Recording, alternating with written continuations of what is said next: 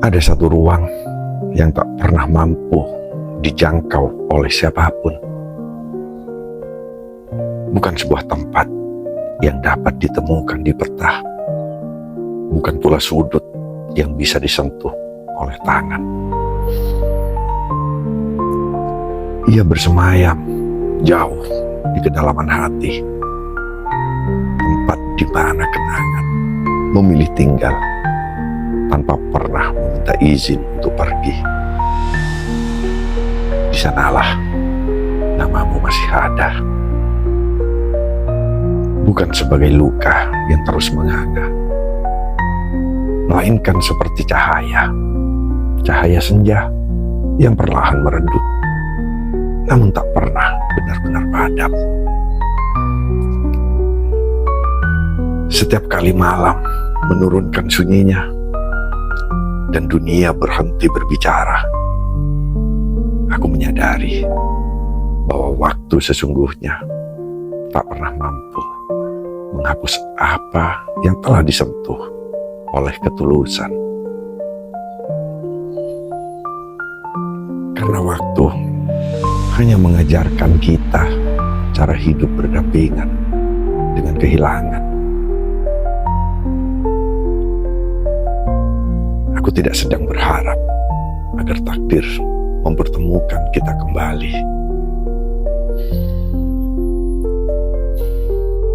Ada saatnya seseorang hadir bukan untuk menetap, melainkan untuk mengajarkan bahwa mencintai tidak selalu berarti memiliki, bahwa ada pertemuan yang tujuan terbesarnya bukan kebersamaan, melainkan perubahan.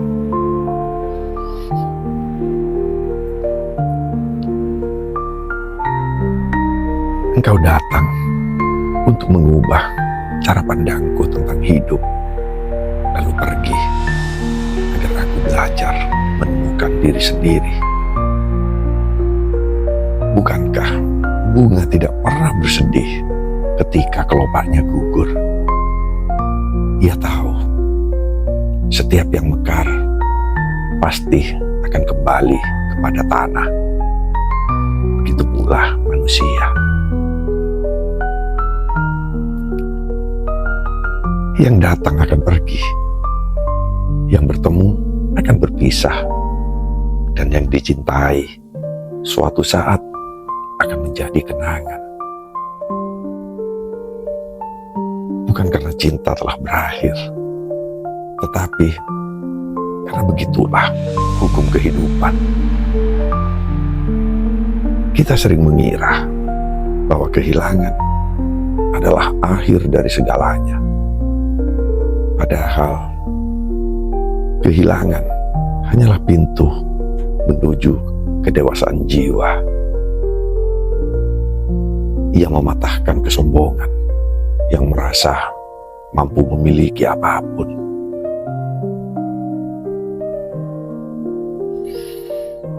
Ia mengajarkan bahwa segala sesuatu yang kita genggam sesungguhnya hanyalah titipan.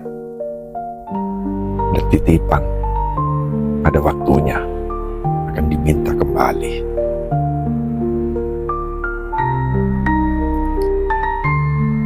Kini aku tidak lagi berjalan untuk mencari jejakmu. Aku berjalan untuk menemukan makna di balik setiap langkah yang pernah kita tempuh bersama.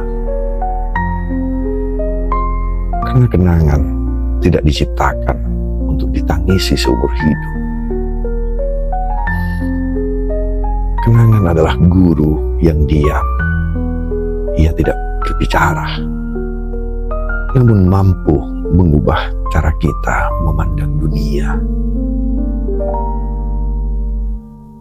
Aku belajar bahwa rindu tidak selalu harus dipenuhi. Ada rindu yang memang ditakdirkan untuk menjadi doa. Ada cinta yang memang ditakdirkan untuk tetap hidup tanpa tanpa pernah kembali bertemu. Dan anehnya, justru cinta seperti itulah yang paling bertahan lama. Ia tidak lagi meminta, ia tidak lagi memaksa. Ia hanya mendoakan dalam diam.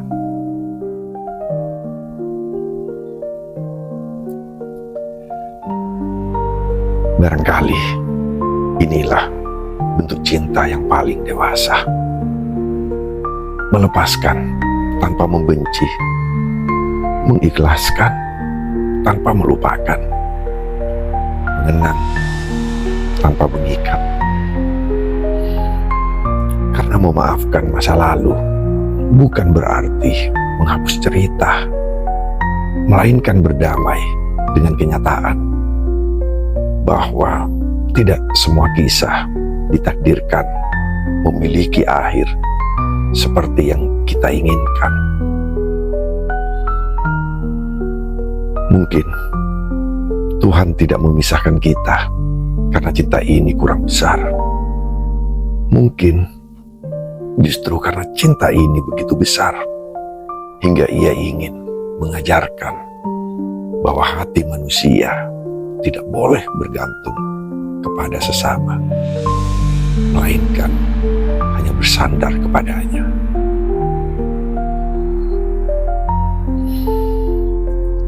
Maka, jika malam ini namamu kembali melintas dalam ingatanku, aku tidak akan lagi menangisinya. Aku akan tersenyum. Karena aku pernah dipertemukan dengan seseorang yang membuat hidup terasa lebih bermakna. Dan aku pun bersyukur karena melalui kehilangan, aku belajar satu hal yang paling sulit, namun yang paling membebaskan. Bahwa cinta sejati bukan tentang siapa yang akhirnya tinggal, melainkan siapa yang tetap mampu mendoakan meski telah lama ditinggalkan. Karena pada akhirnya semua yang kita cintai akan kembali kepada pemiliknya. Dan yang benar-benar tinggal bukanlah wajah, bukan pula suara, melainkan kebaikan yang pernah kita berikan, serta doa-doa yang terus mengalir tanpa diketahui oleh siapapun kecuali Tuhan.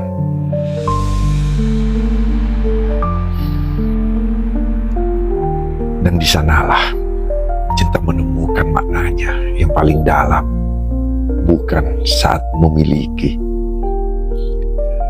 melainkan saat mengikhlaskan, namun tetap mencintai dengan hati yang tenang.